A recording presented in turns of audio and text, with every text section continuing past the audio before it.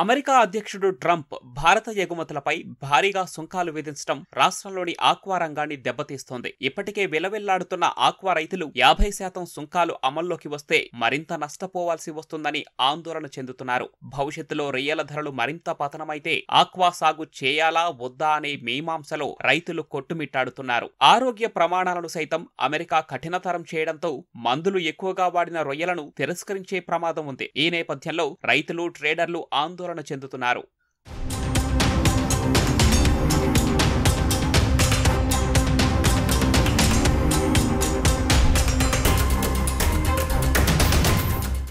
Aqua రంగానికి ఉమ్మడి ఉభయ గోదావరి జిల్లాలు ఆయువు పట్టులా ఉన్నాయి. విదేశాలకు ఎగుమతయ్యే రొయ్యల్లో ఈ రెండు జిల్లాల నుంచి దాదాపు 60% ఉత్పత్తి జరుగుతోంది. దేశవ్యాప్తంగా ఏటా 10 నుంచి 11 లక్షల టన్నుల రొయ్యల ఉత్పత్తి జరుగుతూ ఉండగా అందులో ఉభయ గోదావరి జిల్లాల వాటానే 6 లక్షల టన్నుల వరకు ఉంది. పశ్చిమ గోదావరి జిల్లాలో 3 లక్షల టన్నుల రొయ్యల ఉత్పత్తి జరుగుతూ ఉండగా వాటిలో అమెరికాకు 40%, చైనాకు 30% ఎగుమతవుతున్నాయి. వీటి ద్వారా విదేశీ మారక ద్రవ్యం భారీగా వస్తోంది. ట్రంప్ ప్రకటించినట్లు అదనంగా విధించిన 25% కలిపి ఈ నెల 27 నుంచి 50% టారిఫ్ అమల్లోకి వస్తే కొనుగోళ్లు మందగిస్తాయని రైతులు ఆందోళన చెందుతున్నారు. ఇక్కడి నుంచి రొయ్యలు అమెరికాకు చేరడానికి 40 రోజులు పట్టే అవకాశం ఉండటంతో ఇప్పటి నుంచే వ్యాపారులు ధరలు తగ్గించి కొనుగోలు చేస్తున్నారని రైతులు వాపోతున్నారు.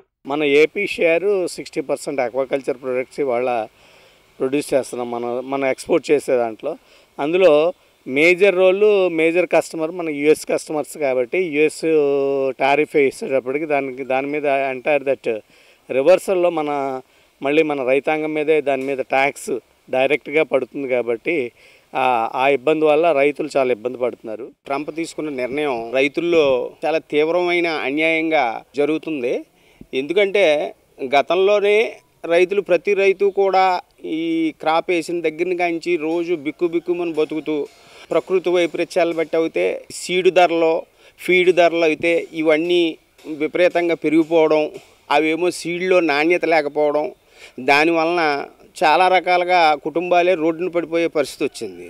ఆ పరిస్థితికి తోడు ఇది మూలిగే నక్క మీద తాటికాయ పడితే ఎలా ఉంటుందో అటువంటి పరిస్థితి దాపురించింది. ఆక్వా ఎగుమతులపై 25% సుంకం విధించినప్పుడు అమెరికా వ్యాపారులు ఈ భారాన్ని భరించేందుకు అంగీకరించారని, ఇప్పుడు అది 50%కి చేరటంతో వారు చేతులెత్తేశారని తెలుస్తోంది. దీంతో రొయ్యల ధరలను స్థానిక ఎగుమతిదారులు తగ్గించారని రైతులు చెబుతున్నారు. దీనివల్ల ఈ రంగంపై ఆధారపడిన వేల మంది భవిష్యత్తు ప్రశ్నార్థకంగా మారనుందని ఆవేదన వ్యక్తం చేస్తున్నారు. కంపెనీ వాళ్ళు ఏమంటారంటే ట్రంప్ గారు సుంకాలు విధించారు, అది అంతర్జాతీయ సమస్య, అందుకోసం ఇంక రొయ్యి ఎవరో కొనరు, ఈ సుంకాలు ఈ ట్యాక్సులు కట్టి ఇవన్నీ చేయాలంటే ఎగుమతిదారుడి గిట్టుబాటు కావట్లేదని చెప్పేసి రేటు తగ్గించామని చెప్పేసి మొన్నటిదాకా 250, 260 రూపాయలు వంద కౌంట్ రేట్ని 210 రూపాయలు, 200 అని అంటున్నారు. ఈ పరిస్థితుల్లో ఇక ఉన్న సరుకుని అయిన గాడికి అమ్ముకుని ఏం చేయాలో దిక్కుదోచని పరిస్థితుల్లో మేము ఉన్నాం. 270, 280 కొనవలసిన రేటు 225 రూపాయలకి వచ్చింది. మనం ఆ 220 రూపాయలు లీజు 1,20,000, కరెంట్ బిల్లు 50,000, 60,000 వచ్చేస్తున్నాయి. పైగా మ్యాన్ పవర్, జనరేటర్ ఖర్చులు అన్నిటితో మనం మినిమం 200 ఖర్చు అయిపోతుంది మనకి. దీనివల్ల ప్రభావం అంటే 20 రూపాయల కోసం మనం కొన్ని లక్షల రూపాయలు ఎక్కువ పెట్టుబడి పెట్టవలసి వస్తుంది. ఇలా ఆక్వా రంగం మీద ఇలాగే దెబ్బ అనేది బాగా ఇబ్బందికరం. ఇంకా మేము కూడా వదిలేవలసి వస్తున్నాం. లీజులో 120, 130 లీజులు చెప్తున్నారు.